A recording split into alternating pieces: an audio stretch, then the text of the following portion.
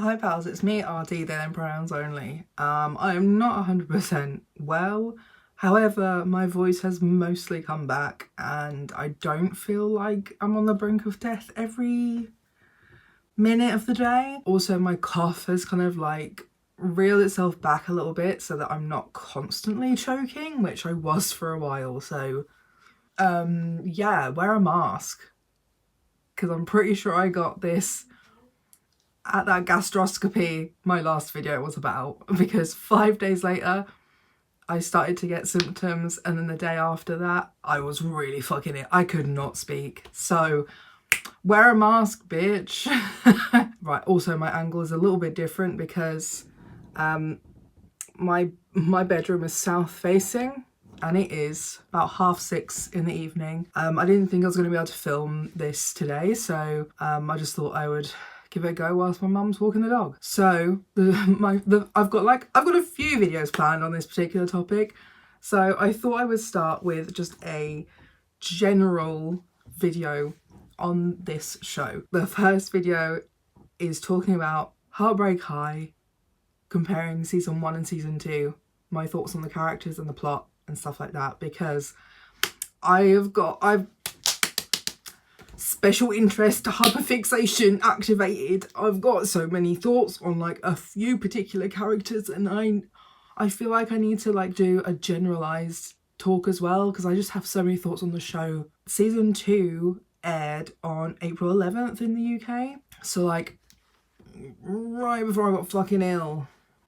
And season 1 came out in 2022. It's been a pretty long 2 years for a lot of those people, but luckily for me, I only came to watch the first season maybe a month or two ago. It's like the universe isn't my favourite bitch. The general vibe. So the way I sort of describe this show, because I've been trying to force everybody I know to watch it, because I don't think it's that popular in my circles, for reasons I don't understand, because we've got so many queer characters, including a non-binary character, lots of bisexuals. We know we're like always lacking in bisexual representation. Everybody's kind of like fucked up and annoying. And an autistic character, like an autistic main character who's had big plot lines, who's also played by an autistic actor. Why don't people I know about this? Maybe because it's the wrong age group, but I feel like that's a cop-out, because a lot of people I know are still watching teen shows, still reading teen books, because a lot of us are reliving our youth through media in a lot of ways, because this kind of media was not available when we were teenagers. Or also like a lot of us didn't know we were queer, trans, autistic, etc. when we were teenagers. So I think that a lot of these shows are really appealing to quite a broad adult audience as well. Before anyone gets to that, I'm not saying that I think these shows or books should be catered towards adults though. That is a completely different issue. Anyway, how I've been describing this show is it's kind of like the Australian sex education. It's not strictly abiding by its original show's setup. I did watch, I think, 4 of the 6 seasons of the original Heartbreak High, because my friend Sophie told me that she used to watch it when she was younger. So I wanted to know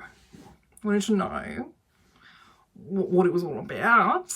And I think I watched those like a few years ago now. I'm pretty sure they were like in lockdowns at some point. The original show is a lot heavier, a lot more melodramatic in like a 90s drama-y kind of way. Another comparison I made is kind of like Angus Thongs and Perfect Snogging meets Skins. There's definitely a lot of that very youthful, awkward comedy that was in Angus Thongs and Perfect Snogging, but also some of the more trendy, like style-wise, drugs, mental illness, bad life things happening, that kind of drama in this show, except not as intense as Skins. That's why I like combined it with Angus Thongs and Perfect Snogging. The melodrama in this is more campy, much more teen light-hearted. The aesthetics are kind of similar with the sex education, that Everyone's kind of very stylized, and I'd maybe even compare it to Heartstopper in some senses too, particularly with this show's use of queer lighting. The actors look a bit more like real people, real teenagers, versus maybe a lot of American teen shows like Pretty Little Liars or Gossip Girl. Whereas like I know these actors are in their like early towards mid 20s now, but they still, you know, don't overly blur or make up the actors to like cover imperfections or whatever. Mwah. Season 1 really hooked me, completely fucking obsessed. To talk about the characters, I'm gonna go with season 1 thoughts first and then into season 2 thoughts. Our main gal, Amory. I'm obsessed with her. Season 1, she's amazing. Really reminds me of Georgia Nicholson in my opinion. I was obsessed with those books as a teenager. I wasn't a huge fan of the film. She's so pretty, has such a great like expressive face, and like I really feel like the teen angst is like very believable. She's a very good actress playing a teen character, which I think is really hard to do. I think her character is very relatable to like a lot of people generally. Then we have Harper. I despised her in season 1, and I think it's really fair enough to say. Obviously the end of season 1 makes you go, oh okay, that's why you were always such a bitch. So I really didn't like her. I think most people didn't like her initially, or like there's gonna be some people who love just a horrible bitch for no reason. You know, my main thing was that she didn't tell Amory why she was pissed off with her. Like, yes, Amory did fuck up some stuff, of course, but like she doesn't know or understand how badly she fucked up or why Harper feels so awful and betrayed by Amory, because Harper just like didn't say it at all. The other things that happened outside of Amory's view. She was just not there, so she wouldn't know. I did really like her style though. I really enjoy like a less femme character who is still a woman at the moment. Who knows? I really like the shaved head. I liked that they did end up linking with the overall plot as well. I really liked her, yeah, very oversized, baggy, boyish sort of clothing. And just her like really super angry bitch face. Really relatable. Really relatable for this autistic here. And yeah, you know, I do love me an angry bitch. Like I do. I didn't think it was fair or right, but like I do love an angry bitch, right? She does make the worst choices. Like I don't know how she continued to make such terrible choices, but I think that's kind of the point of the show. It's like, how many terrible choices can our main cast of characters make and see what happens? And like, I'm here for that. Sure, why not? Fuck it up. I think my main issue is that she kind of always seemed to avoid having to take responsibility for things she actually did wrong, and then was always copping the blame for things she didn't even actually do.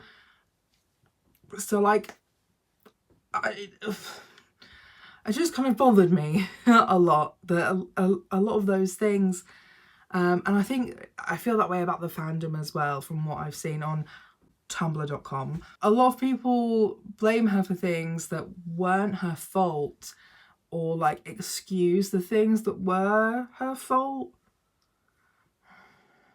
But like, it also happens in the show, and yeah, I don't know how she's ever going to like learn to take proper responsibility for those things when it's kind of always that way around. Next up we have Darren, who is a really fun and really brave non-binary character in this show. Darren is also black, not Aboriginal black. There are a lot of things that they did that I think a lot of non-binary kids generally today, or even when I was younger, probably even in the future, but particularly black non-binary kids, would never dream of doing. I think that makes Darren quite a nice character for everybody to be able to have and be like, wow, like not necessarily aspirational, but maybe cathartic in a way, particularly for non-binary people in unsafe homes. They blow a horn every time their mum or their mum's partner misgenders them or gets their pronouns wrong or anything else along those lines, which is like a really good example of this. It's like, I don't think many people would dare do that, or even slightly be able to have the comfortable relationship with their parents or other family members, to be able to just blast a horn every time they fuck up the pronouns of their non-binary loved one. But like, it's a nice thing. You're like, imagine being able to do that. How lovely that would be. I also really liked that their dad was Rivers from the original show. Rivers in the reboot basically also has his own growing plotline in season 1. He was quite a shit in the original series. He says it himself in the reboot, where he was sexist, homophobic, racist, and he's been doing a lot of work on himself over the years, but he's, you know, he's still not very good at this, still not perfect, and he's trying to do his best for his non-binary child that he doesn't really understand how to relate to, doesn't really even know how to speak to. And Darren does hold their parents sort of quite at arm's length, but I think because a lot of people hold them at arm's length as well. Like, yeah, Rivers was like OG. He was like day 1, original cast, season 1. So it was nice to see that even some of those OG characters that have like a little like sprinkling of a return in the reboot also could possibly get a little bit of a developmental story. Then we have Quinny. Quinny is a really great character that I think is a very good example of an autistic character on TV. If I can remember correctly, because I think I was following along with the actress's experience of filming. I think she did also help with some of the stuff to do with accurately representing autism, because she is autistic. But yeah, I love her friendship with Darren in season 1 a lot. They are so understanding and considerate of Quinny's needs, and is always there for her when needed without needing to be asked. Her character was really special and very layered in this season as well. There was lots of deeper looks into her relationships, both friendships, friends, lovers, etc., and how that impacts her autism and how they are impacted by her autism, and how they adapt or don't adapt to her needs. And then also how she does lots of normal teenage things, in like, you know, going to parties, even if she doesn't drink or take drugs, because I feel like a lot of autistic representation that I have seen tends to really make a point that autistic characters can't and don't do normal people things, which is not correct. But also we do get into her special interests. This is one of the characters I want to do a further, more deeper video into, so look forward to that in a few weeks' time. Thanks, babes. Okay, next is Sasha. I really wanted to like this character because I think the actress is very cute, and I think that she's styled in such a like just such a queer way. Yeah, she just has such a fun style and was very outspoken about bullshit bigotry. But she's kind of very unbearable, including things like weaponizing therapy language, infantilizing Quinny when they are dating, and doesn't really do better when it's flagged to her. I had hoped that she'd be one of the characters that would be more developed in season 2, where she would get an arc that would make this side of her make more sense and, you know, fill out the other aspects of her to make her more human and more layered. Yeah, like, that didn't happen. And like, there were other things that really bothered me that she did and said in season 1, and then some really bad ones in season 2 as well. Like, I mean, literally in episode 1 of season 1, she turns on her Asian friend to back up their white friend Harper over the sex wall, which Harper also contributed to, but also because Harper and Amory had a falling out that Harper doesn't explain at all and Amory doesn't understand. Like, she just kind of takes Harper's word for it. I don't know. I don't really know. I don't really understand that logic of it.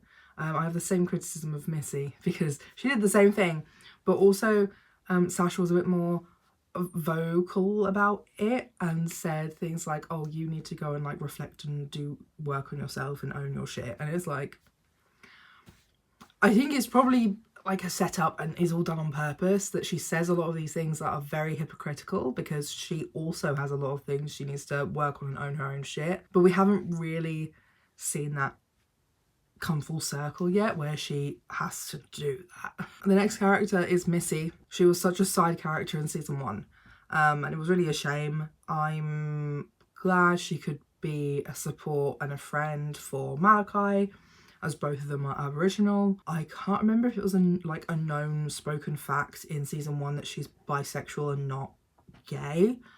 Oh, I think it must have done, because like towards the end of the season she's like, oh my god, I like a white boy now. I guess it must have been. Yeah, so we know she's queer. Her and Sasha had a thing, which adds also to why Sasha is kind of like a sapphic villain in some ways, because as well, she couldn't even remember whether she hooked up with this other person like when she was still dating Missy or when it was like when they were broken up, and then had actually just lied to Missy about it entirely, and then blamed that on Anne-Marie doing the war because they worked so hard at being friends after their breakup. And it's like, you're the one that lied, my guy. We didn't really get a lot of or from Missy. However, I think she was the one who kind of called out Harper on the threesome with Malachi for being kind of fucked up because he had just been assaulted by a police officer. But also she did not initiate that, but they didn't know that at the time. Yeah, anyway, I was like, yes, finally, thank you, Missy. Like, finally somebody said the thing that I've been thinking. That's nobody else think that that's a bit weird to just have a threesome with a guy who's just been assaulted by a cop because he's black. Speaking of, Malachi, perfect man.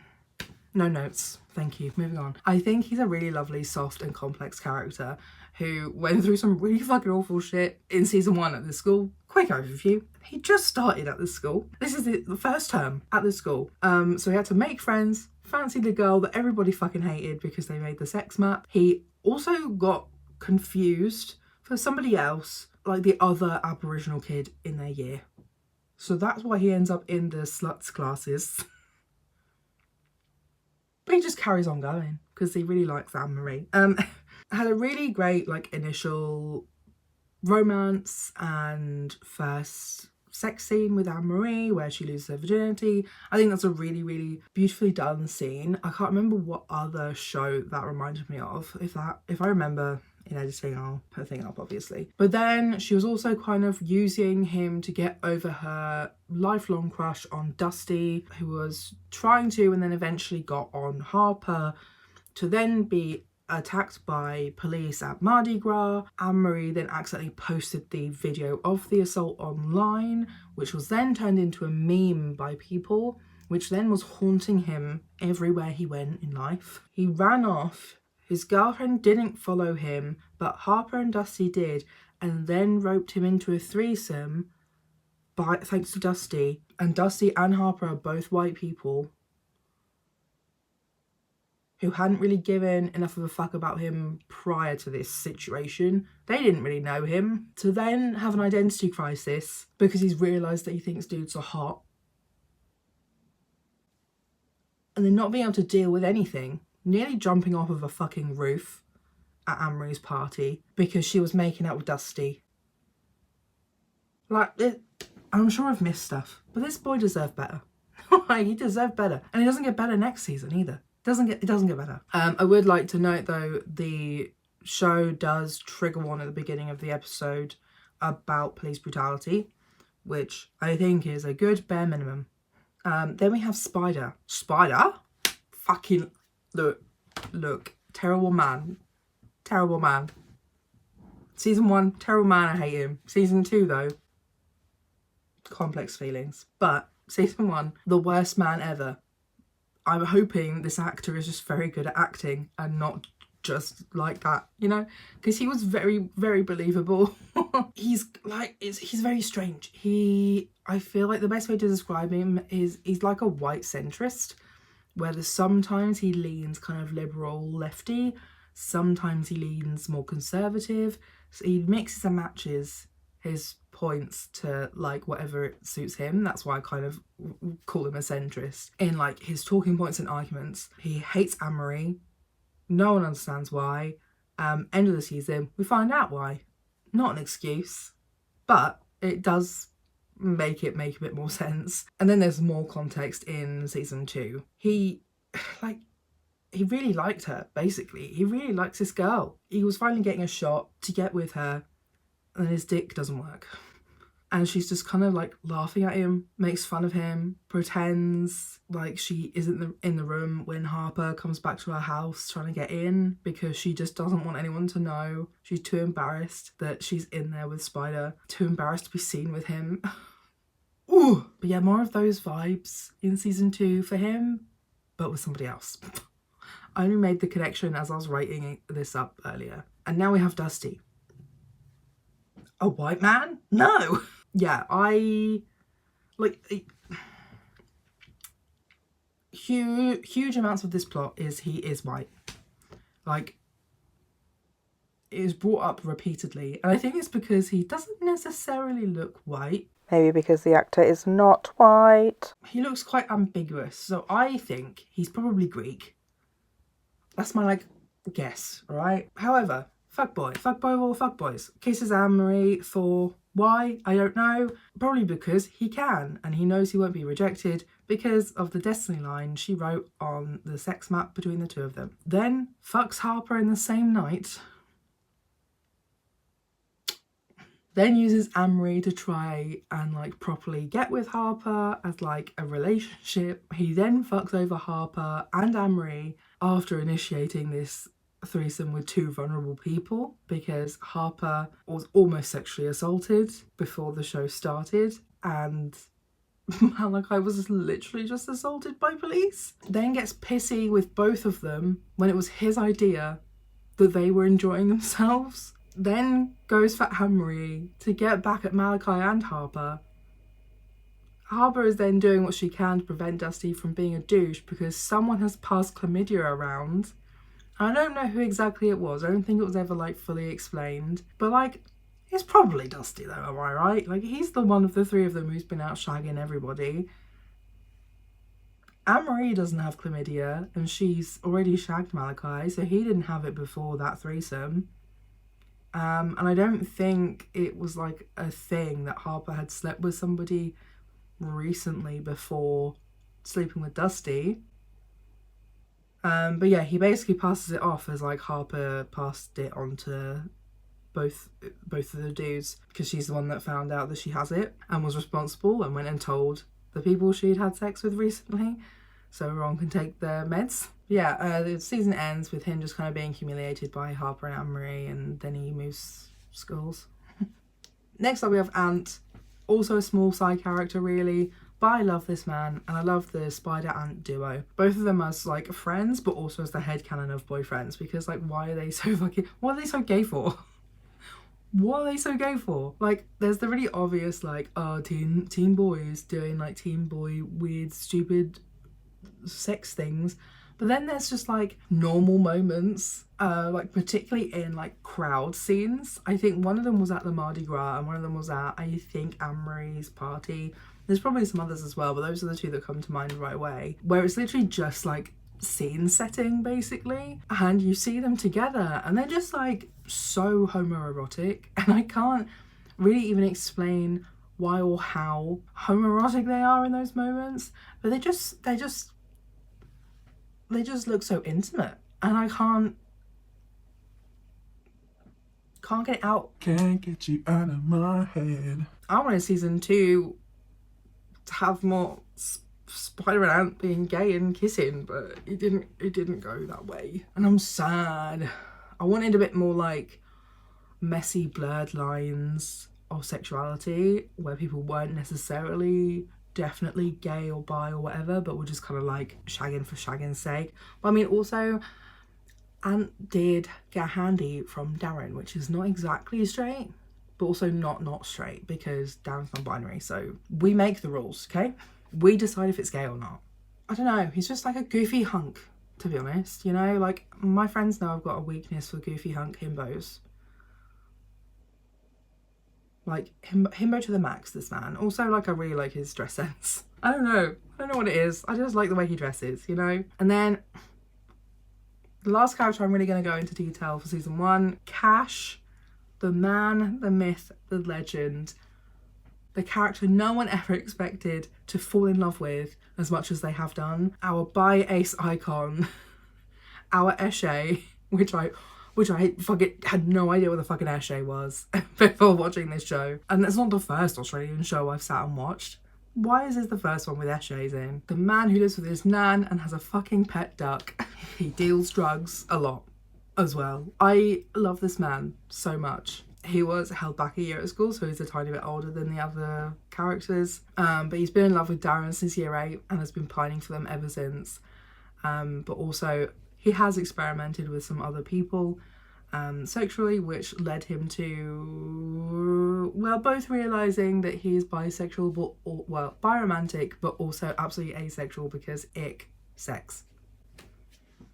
And he falls in love with the character that is probably the most hypersexual out of the cast, or like definitely one of the top ones. There's definitely like a good group of them who are so sex mad, and Darren has managed to fall in love with him.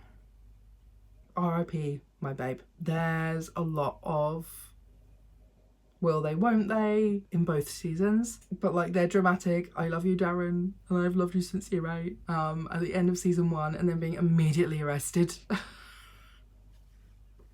Iconic, immaculate. Also, yes, yikes, his connection to the Eshes who tried to kidnap and R-word Harper. He was the reason she escaped that incident. He did give her the evidence to lock everybody up, or like most of them up, including him. But this was also like the wake-up call to what fucking group of people he's stuck in. Because that happened before the season starts. Through this season is when he's trying to kind of make a new set of friends and like really integrate himself more into his year group, rather than just being known as the Eshe who deals drugs at all the parties. So. And also he was doing that with the encouragement from his nan. His nan's like, you don't want to be like your mother in prison. We do also have the principal and Jojo as like quite big characters in this. But I don't really know how to really fully talk about these characters, because obviously we don't know a lot about them personally, but like they're important characters involved in the show. Jojo is the person who is kind of leading, teaching the sex education class that they are all in because of the sex map. So my main critiques, mostly my main issue was like the lack of body diversity in the main cast of teenagers. There was a bit more body diversity in the adults, but there weren't many adults, so everyone was very slim or fit, and I hoped for some new fat characters to be included in the next season, and also even like disabled characters. The only disabled character we have is Quinny, and she's not physically disabled. So yeah, like there is just a general lack of like body diversity in this show. I am glad that we have a lot of imperfect and like morally grey characters in this. I think the messiness of everyone's sexuality makes the plot more interesting, but also makes it more open, believable, the possibility of more wild shenanigans. But I just don't think season 2 really ran with it the way they could have done. However, I do think season 1 was a really great first season of a show. Season 2. I'll do a quick general thoughts of season 2. I have watched this now like 3 or 4 times. Because like there's a lot of things you do miss, even with captions on, and I obviously wanted to make notes for the videos I have planned. Obviously there's a bit of fan service in season 2, which I don't think is a bad thing. We learned a lot of facts about characters that added more meat to the bone, and we get some more queer exploration that people really wanted, but at what cost? I think the overarching plot was a bit daft. It was starting to verge into like Pretty Little Liars territory, and we know that from, I mean, if anyone's witnessed that show or even the books or anything, like, you know, a lot of it doesn't make sense, and they don't care. They don't care that it doesn't make sense and there's plot holes. Like he's kind of leaning in that direction. It's like, I don't understand. This doesn't make any sense. Why this would happen? Rowan's character, who's one of the new characters, it was just so flat and 2D to me. And Zoe was also not the character I wanted, or really one I could respect much. But I do also feel like some of the characters were bent out of character. Like, a lot of the characters just started behaving really differently to how they behaved in season 1, and it just, with no real reason for it. So yeah, we'll start with Amory. I think Amory was one of the characters that stayed like closest to herself from season 1, or at least like her progression was logical. Her development and progression in season 2 felt real and believable. The way she was so awkward and clingy with Malachi because he wasn't opening up felt very like teen me, mental illness stuff. Hello, it's the trauma, babe. It was annoying, but also just real. Like, I could go, that's me. That's me when I was a teenager, or even like a early 20s. And like, I really feel like this season lacked a lot of people's like family input. Like, we had people's family a lot more in season 1, and they all just kind of disappear in season 2, which is kind of a shame because I do feel like they added to the plot line. I think the only time we really saw any of her family in season 2 was her sister got her first period, which alerted Amory to having missed her period, and then seeing and dodging her mum when they were going to get the pill from a pharmacy. We saw a bit more of her friendship with Harper, like the actual friendship, because we didn't really get to see that in season 1 because they were fighting the whole season, and like how both of them seemed to have distanced from Missy and Sasha, because initially those 4 were a friendship group and they were like considered popular girls. And I do think like they've possibly kind of distanced from them too because of what happened in like that previous season. Maybe their friendships didn't feel authentic anymore to be a group together. However, why the fuck was she interested in Rowan, like, at all?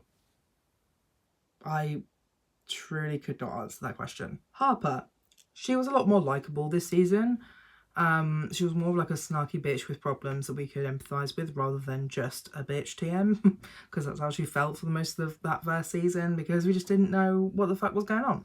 Her throttling poor Ant on the pitch and then storming out of Sluts because the Puritans were basically victim blaming her for what happened with the Eshays, to then go and apologise to him in the medbay and then try to get it on with him.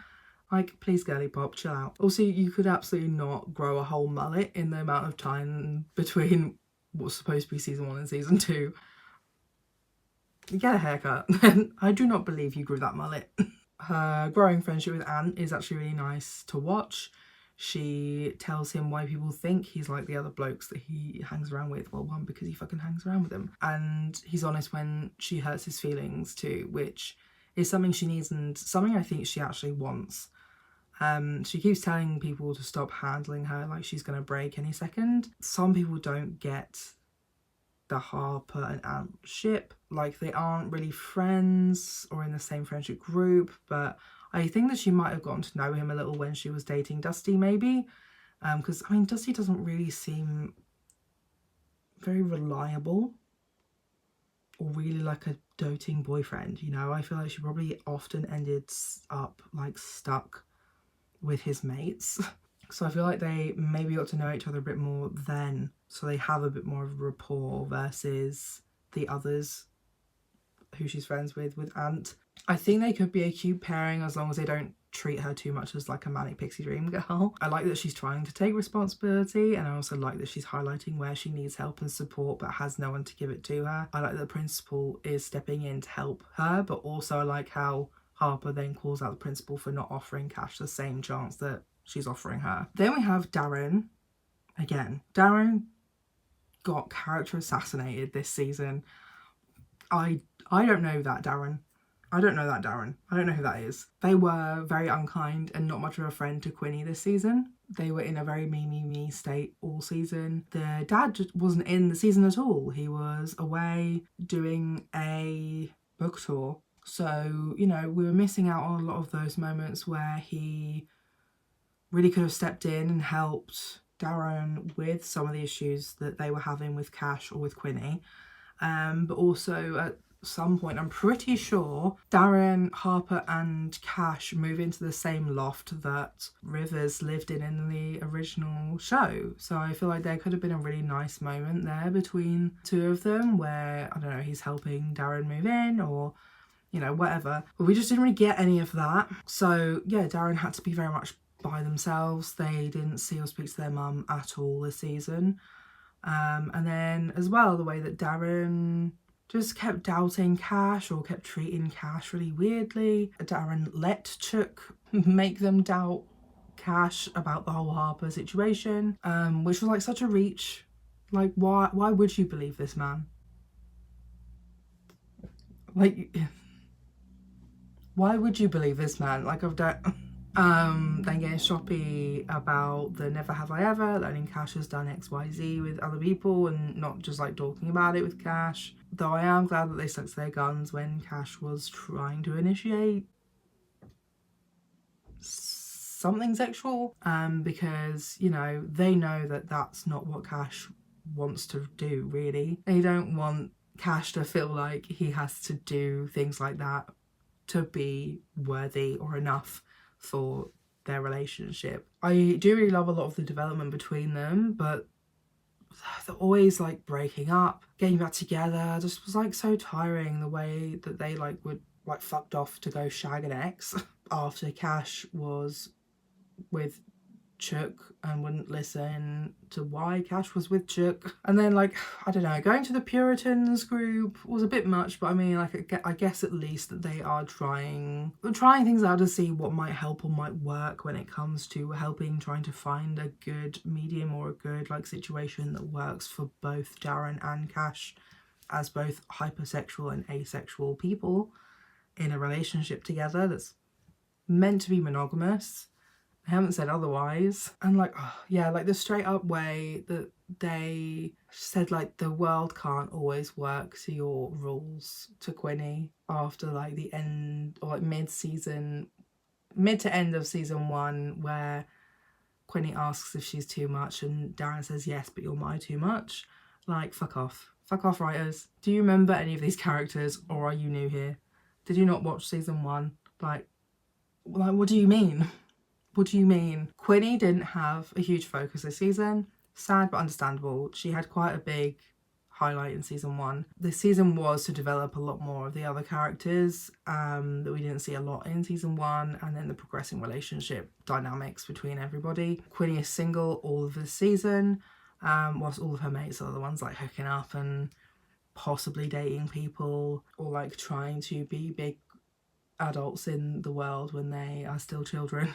She is asked by Anne-Marie to be the vice president or the vice whatever it is. I don't know what the fuck this campaign thing was. I was just going with the vibes. But also she takes it upon herself to find Bird Psycho, which is a thing I've not spoken about yet. But also generally, yeah, a lot of Australian language is quite ableist, and Quinny did call out one bit of ableist language in season 1, but then that was it. So yeah, I don't know whether she only calls out particular bits of ableist language. She didn't call anything out in season 2, so there's a lot of things like Bird Psycho that come up in this show and a lot of other words like that too. But yeah, basically Bird Psycho is somebody who keeps leaving dead birds in and around like Anne-Marie's life, as well as like outing her for doing terrible things or like making it look like she's doing terrible things or worse things than she did. So yeah, Quinny's trying to work out who Bird Psycho is. After a while, everyone kind of stops giving a shit, but Quinny's still trying to find out who it is. No one really gets it and they're worried about her. But rather than having an honest conversation with her and speaking directly to her, they just kind of guess and surprise her. And it's like, hello? Have all of you forgotten anything about autism? Anything about autism or Quinny specifically? And there is a whole like plot of her choosing to unmask and show everyone what it's like to be on the receiving end of her unmasked self, because of the whole like, oh, the world can't bend to your rules. And she's like, I'm always bending to the world's rules. You just don't understand or see it that way. So she was like, right, I'll show you then. And she does. And it was very interesting. Sasha is worse this season. She's campaigning to be a captain. I think that's what it's called. She's even more self-righteous. She accuses Darren of standing by an accused R-worder. And what does that say to other survivors and stuff like that? Harper has to step in here and be like, shut the fuck up. Nothing to do with you, nothing to do with Cash. She didn't do anything. And she just has this really awful facade on all season. We kind of really get no growth from her this season at all, which is a shame. She does shame people a lot this season for different things. We had some hints that maybe Sasha's home life is not what people expect it to be, because like when Quinny asks her questions outside of her house, she won't let Quinny in, and like the fact that she eats duck once a year when she's meant to be a vegan, and like, I mean, go off, imperfect attempts at like eco-friendliness is better than not attempting at all. But I think it's more about the self-righteousness and the preachiness that she has around the environment, being eco-friendly, being vegan, and then eating duck. She does go to Quinny at the end when she finds these posters from Bird Psycho that weren't posted up everywhere, that show a compromising photo of Anne-Marie. There were a few things that I felt like were a little bit different, that maybe could have been some foreshadowing that if there is a season 3, there's some development going on. One of them was when they all got high on mushrooms in the forest. She had a really bad trip, so maybe she shouldn't be as into drugs as she seems to be. But also in the food fight, she takes it so seriously. She's so upset and like almost, I don't know, the first word that comes to mind is deranged, but I can't really think what a more accurate word would be. But she's just very serious about it, that she's so upset when people get her or have gotten her covered in food in this food fight that everyone's covered in cake. That, yeah, I don't know, like maybe there's gonna be some growth in season 3 if there is one. Maybe she'll be owning her shit by the end of season 3. And like, I just want to know what's going on at home. Yeah, but like, you know, she talks about being very grown and evolved, but she still responds in the same kind of defensive way that other people do when she calls them out. So this is why I need more of you to watch it, so that there will definitely be a season 3, because I'll be very upset. I think I need to stop recording because I'm getting a headache. And it's the next day. I think I've coughed so much or so hard that I have slipped a rib. Okay, now this season we finally got more Missy. Yay. I really loved her in this season. Her support for Malachi as, you know, from one Aboriginal bi icon to another. But it was more focused on like campaigning and her relationship with Spider. There was a really funny moment that I really liked when it came to the campaigning stuff, where they all walked past these portraits of the British royal family. Sasha blows a kiss and flips middle finger as she says rest in purgatory to the Queen's portrait, and then Missy sticks her chewing gum on King Charles's face. She loses her campaign team money because she's unable to suppress her morals and values just to win some money for a school politics competition, basically. She gets to know Spider and understands more why he is the way he is, but she is so flip-floppy about whether she thinks he or people generally can change, which is another thing that did bother me about the writing of this season. She argued that people could change with Spider's mum and says it to him directly because his mum didn't think that was possible. She thinks a lot of things that are wrong with men are just biological, but then later deems that you can't just change. Like, come on, writers. You could do better than that. However, she's always respectful of people's consent and boundaries. Her banter with Spider only goes so far. She does tend to take responsibility for her actions, where a lot of other characters don't. And I like the way that she explains that sex doesn't have to mean penetrative, and that there's only a problem if he isn't getting what he needs to from whatever they're doing. On to Malachi. Perfect man, no comments. Look, is the actor very pretty? Yes.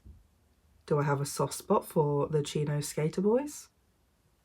Yes. But also I just feel like he's one of the most well-written characters. I think the season only being 8 episodes and trying to squeeze in so many things kind of buggered him as a character this season though. He got like 3 episodes of bisexual sparkle, bisexual exploration with Rowan before he got dumped over like a very mild thing when high. Basically they all ate mushrooms. The mushrooms caused him to see Rowan but hear Anne-Marie's voice, so he was saying like, oh, is that you, Anne-Marie? Like, chill, he's eating mushrooms, my guy. Please, Rowan, shut the fuck up. Him post dude breakup was like such a vibe though. Sobbing in bed, rotting for days, takeaway ice cream, a mood, and Missy had to come knock some sense into him. This plotline of him feeling like he doesn't belong here was a little bit weird to me as well though. Like, I just don't really understand where that came from or why, when so many people care for him and it wasn't really like explored much in the show, because there was so much going on and they only had 8 episodes to do it all in. Then the guy had to find out both of his exes were getting together in like a really shit way, then find out that one of them was aborting his child, and then he stuck around to like help look after her through it. He didn't find out who Bird Psycho was, which was one of his ex who was obsessed with the other one of his exes. I said last season he deserved better. This season he deserved better. Like, this poor boy, this poor child. Now on to Spider. Spider was another star for the season. The creator of the Cum Lords, a rival class team, I don't really know, to the SLT Sluts class, who are run by the gross PE teacher who came back from not being there last semester for some reason, or last term. But he non-stop speaks melanist white supreme like bullshit all day. This season he got over Anne-Marie and fell headfirst for Missy. Oh, he's also scared of birds. Spider Law, apparently the show also used an actual viral video clip of a kid that got attacked by a bird in Australia. It's just something I saw on tumblr.com, so if that's not accurate, I don't know. Apparently it's a thing that the Australians would recognise, but they put that in as Spider's backstory and why he couldn't possibly be Bird Psycho. But I do love like the random tidbits like that being given to characters. More of those please for everyone. Thank you. I think it's interesting that a lot of the super straight dudes are all going for like the queerest looking and acting girlies in school. You know, like he's attracted to Missy, who has a lot of like, I wouldn't say like outwardly mask traits, but she has like that same sort of banter that Spider has with his like guy mates. And also like, yeah, generally when I say mask traits, I use that term loosely as a non-binary person. I think that's a load of shit. But from the point of view of these characters who do still put a lot of weight in like masculine and feminine, man-woman stuff, I just think it's really interesting that, yeah, the straight guys are going for girls who are like actually maybe a little bit more gender non-conforming, a little bit queered in their own way. I mean, we know that Missy is bisexual. She's very sporty and like very good at sports, very competitive as well, which I think is often deemed as a men's trait. And the fact that she likes the hot girls with guns on his wall. As another example, Ant goes for Harper, who basically looks like a boy but with loads of makeup on her face. And then also I think it's interesting that Spider then spends most of this season giving Missy head. I think that as well is like a really interesting look at the way some of these characters are perceiving masculinity versus their behaviours. So then we get the kind of the sad backstory for him. Like his mum's a feminist, but like the kind of feminist who just thinks all men are like pieces of shit, and like no matter what you do they're just born to be the worst. She thinks, yeah, men are biologically predisposed to being like the worst of the worst. So what is he supposed to do? He wasn't queer like his mum wanted. He wasn't a girl like his mum wanted. He was an IVF baby. So like I'm not sure if his mum is queer or if his mum was just like at a point in life where she wanted children regardless of if she had a partner or not. That's not necessarily super clear. She seems to be the only parent around and there isn't a reference to another parent, so I think it's open to interpretation. She could be queer.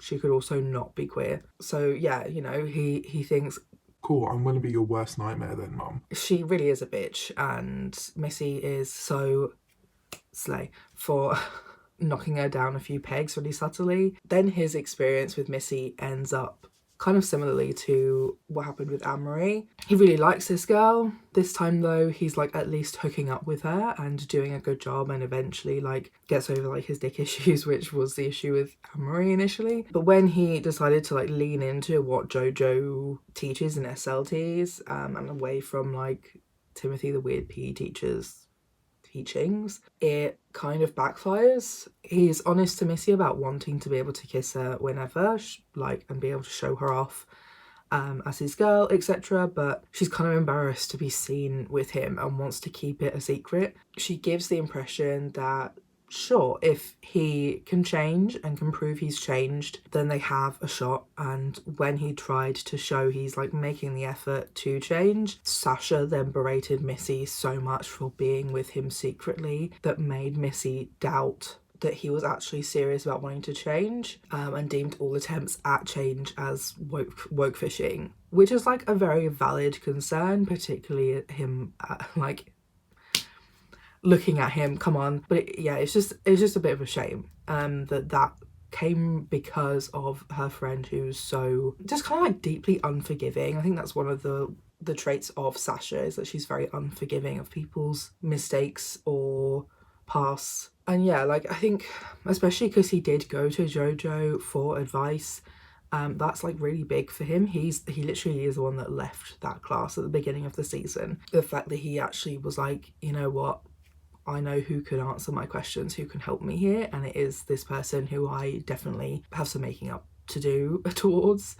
And she did her best, but she was also very like, well, what the fuck? I can't believe that you're asking me for help. So yeah, I think season 3, he could be progressing into less of a shithead, which I think would be good to show people generally that if you are like a piece of shit human and have been like not even just like occasional mistakes or learned bigotry, that you're unlearning it. You know, he is like a consistently terrible person through this show. I think if he does continue down that path of evolving and becoming a better person, it shows that it's possible in real life as well. Not necessarily that you should always be waiting around for somebody who says they're going to change, even though they're a piece of shit, but maybe more so for the people who are him to really believe like, hey, look, I can actually change. I think Cash is also kind of a similar character in that vein, that season 2 basically finally gets out of being an SJ and tries to tell Chuck that he could also stop being an SJ if he wanted. But yeah, I think generally like you can change. It's never too late to change, but there will probably always be people who won't forgive you for what you have done, and they don't have to forgive you, and that's okay. You just kind of have to move forward and continue trying to be better and do better. Then we have Dusty. This bitch is gone. This bitch is gone. Bye, thank God. He's at the all-boys private school now. And has a little dorm room. His chat to Darren was also so unhelpful, and he was a major dick to Cash about it. Like, is it really fair to expect Darren to give all of that up for you? Fuck you, Dusty, you little bitch. Anthony and my baby got some more plot this time. He didn't get a ton of plot or screen time, but he did get a bit more plot and development. Again, he didn't get much family stuff, which I always hope to see is more like family dynamics, because he did reference his mum a few times in season 1. He didn't really mention her at all this season, but it was nice to see him evolving. He learned from JoJo, which is why he turned Harper down in the nurse's office, because you need to take in all the context of why someone might be throwing themselves at you. He doesn't think that she's in the right place mentally to really be able to fully consent, but also the conflict of Like, he's just a boy who likes doing goofy boy things and just kind of goes along with whoever he's hanging around with at the time. Yeah. He's very easily swayed, which again is a good representation, very realistic. I hope that maybe the next season we'll see a bit more of him resisting, like really resisting. There's a really sweet moment with him and Spider being like honest about girl trouble, and Ant saying, oh, it's like Coach says, but Spider then goes like, oh, but what if we don't do that? What if we don't follow this weird little man's life policy about people and women and woke culture? What if we just put it all on the table and let the girls decide, and it could work out? And like, it's just a really cute moment. Initially doesn't work for Ant, but eventually works for Ant. And then kind of same with Spider. Doesn't work for Spider, then eventually does work for Spider. And I'm hoping that the next season we'll see more of him standing stronger in his opinions and thoughts. I think he's definitely very much a follower of Spider, at least.